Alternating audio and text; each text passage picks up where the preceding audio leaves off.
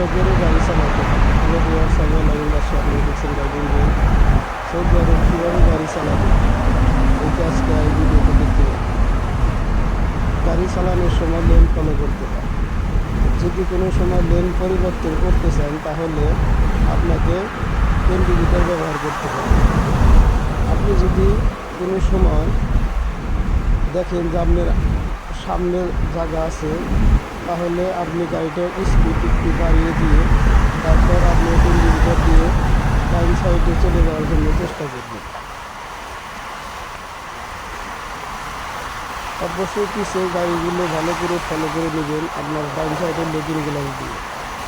তা না হলে আপনার পিছিয়ে যদি আর একটি গাড়ি থাকে তাহলে কিন্তু তার স্পিডটা যদি বেশি থাকে তাহলে ওভারটেক করতে পারবেন না। ওভারটেক করার সময় সমস্যা হয়।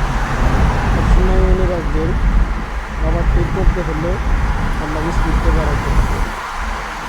আর যদি আপনার ওভারটেক সামনে যদি গাড়ি থাকে ওভারটেক করতে চাইতেছেন তাহলে আপনার স্পিডটা একটু কমিয়ে দেবেন। পাশের গাড়িটা মানে আপনার ডান সাইডের গাড়িটা যাতে চলে যায়, তারপর আপনি ডান সাইডে চলে যাবেন।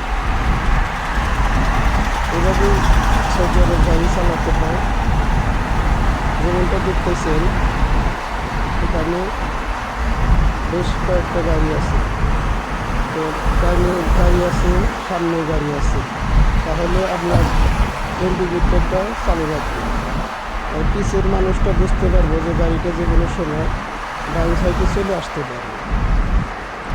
তো এইভাবেই আপনি গাড়ি চালাবেন। রাস্তায় হাইওয়েতে মানে 3-4টা লেন থাকে। 3-4টা লেনের ভিতরে আপনি যদি একদম ডান সাইডে গাড়ি চালাইতে চান তাহলে কিন্তু আপনার স্পিডটা কম থাকলে সমস্যা নেই। কিন্তু আপনি যদি বাম সাইড দিয়ে গাড়ি চালাইতে চান তাহলে কিন্তু আপনার স্পিডটা সবসময় বেশি রাখতে হবে। মানে রাস্তায় যতটুকু স্পিড দেওয়া আছে, মানে স্পিড যদি থাকে 120 গাড়ি চালাতে পারবেন তাহলে কিন্তু আপনাকে ম্যাক্সিমাম 100, 110, 120-এর কাছাকাছি গাড়ি টানতে হবে। নাহলে পিছের মানুষগুলো আপনার উপর বিরক্ত হবে, মানে আপনার জন্য আরেকটি গাড়ি ভালোভাবে চালাতে পারবে না। তো এই জন্য আপনি গাড়ি চালানোর সময় আপনার ওই আপনি স্পিড মেনটেন করে গাড়িটা চালাবেন।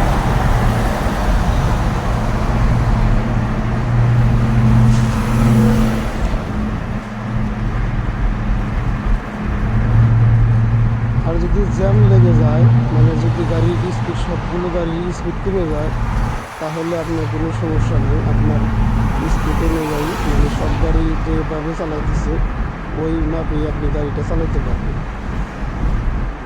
আর আপনি যদি বড় গাড়ি চালান তাহলে আপনার ডান সাইডে সাইড লেন দিয়ে আপনার গাড়ি চালাইতে হবে। আপনাকে কেউ কিছু বলবে না। আপনি যদি বাম সাইডে আসেন, মানে ফার্স্ট লেনে আসেন অথবা সেকেন্ড লেনে আসেন তাহলে কিন্তু আপনাকে পিছিয়ে যারা আসে তারা কিন্তু অনেক আপনার উপর বিরক্ত হবে।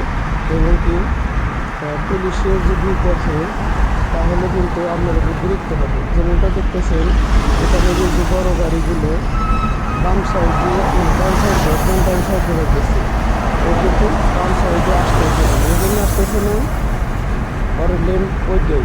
যদি কোনো সময় ওই বড় গাড়িগুলো মানে ওভারটেক করতে চায় তাকে, তাহলে ডান সাইডে এসে ওভারটেক করেই সে ডান সাইডে চলে যাবে। তো এভাবেই সৌদি আরব গাড়ি চালাইতে হয়। আপনি যদি নতুন হয়ে থাকেন তাহলে এই ভিডিওটা দেখেন, ভালোভাবে বুঝতে পারবেন। আর ভিডিওটা